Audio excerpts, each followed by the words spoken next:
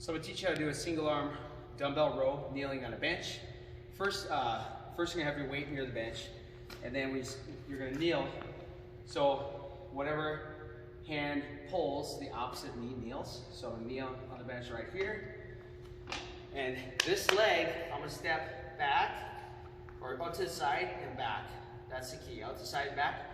You're going to be a little bit more off the toe, or you can be flat-footed, whatever you prefer. Most time you'll get a little better leverage off the toe. From here, you're going to push your butt out, create a little bit of arch in that low back. Hands going to come forwards a little bit. Try to keep your elbow straight. You're going to try to keep, if you look in the mirror, if you have a mirror, you're going to literally have your shoulders, you're going to have your shoulders level. That's really important.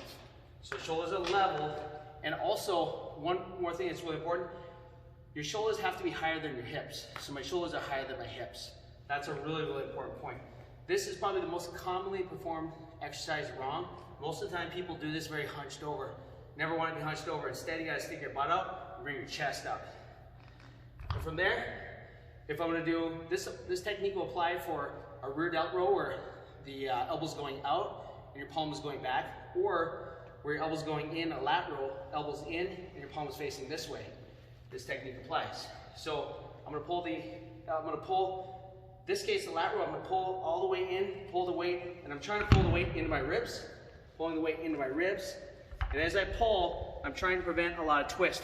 A little twist is actually normal in this exercise. You're going to get a little rotation, but it should be minimal, just a small amount of rotation. The first action is always pulling your shoulder blade up, squeezing your shoulder blade up and back, and then you're going to pull in towards your ribs. And again, try not to over rotate, a little rotate's okay.